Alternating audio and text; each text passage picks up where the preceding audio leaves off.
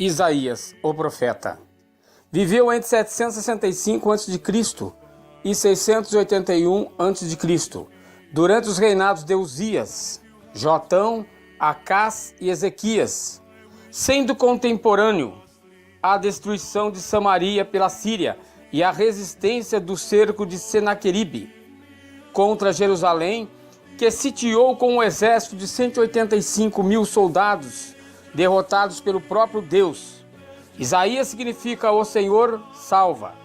Exerceu seu ministério no reino de Judá e se casou com uma profetisa e teve 2 filhos, Jazube e Salau. No capítulo 6 vemos o chamado de Isaías para se tornar profeta, filho do profeta Amós. Seu ministério abrangeu mais de meio século. Segundo a tradição, Isaías foi cerrado ao meio pelo filho de Ezequias, o ímpio rei Manassés.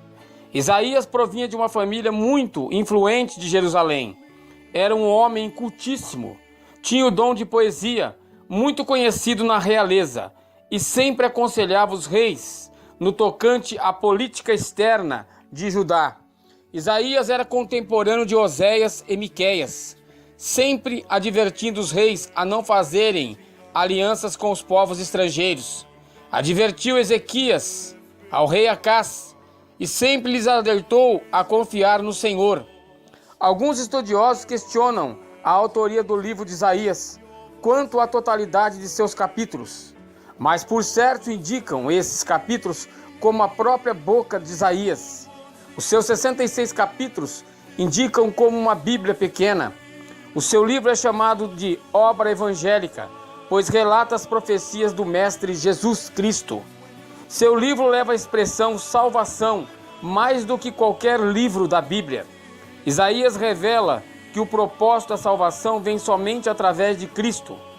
Isaías fala sobre frequentes fatos da história de Israel, a destruição de Sodoma e Gomorra, a vitória de Gideão. Também faz alusões sobre Moisés e João Batista como o precursor do Messias que virá. Nos seus 66 capítulos, 39 revela a história passada e 27 são promessas para o seu futuro. Uma das passagens mais comentadas é o capítulo de número 40, versículo de número 22. Ele é o que está sentado sobre o globo da terra, cujos moradores são para ele como gafanhotos. Ele é o que estende os céus como cortina e o desenrola como tenda para neles habitar. Suas passagens, como no capítulo 53, nos descreve uma das mais lindas palavras, onde o autor o descreve com tamanha perfeição a crucificação de Cristo, bem como no seu estado natural e poético. Esta profecia, narrada a 740 a.C. e 681 a.C., um período que virá a se cumprir. Um relato que só um profeta de Deus é que poderia escrever, se não fosse editado pelo próprio Deus. Como Ezequias receberia notícia de Deus se aquele que levou a sua mensagem não tivesse o aval de Deus, visto como um homem que falava com o próprio Senhor? O certo é que o relato de sua morte ainda continua incógnito.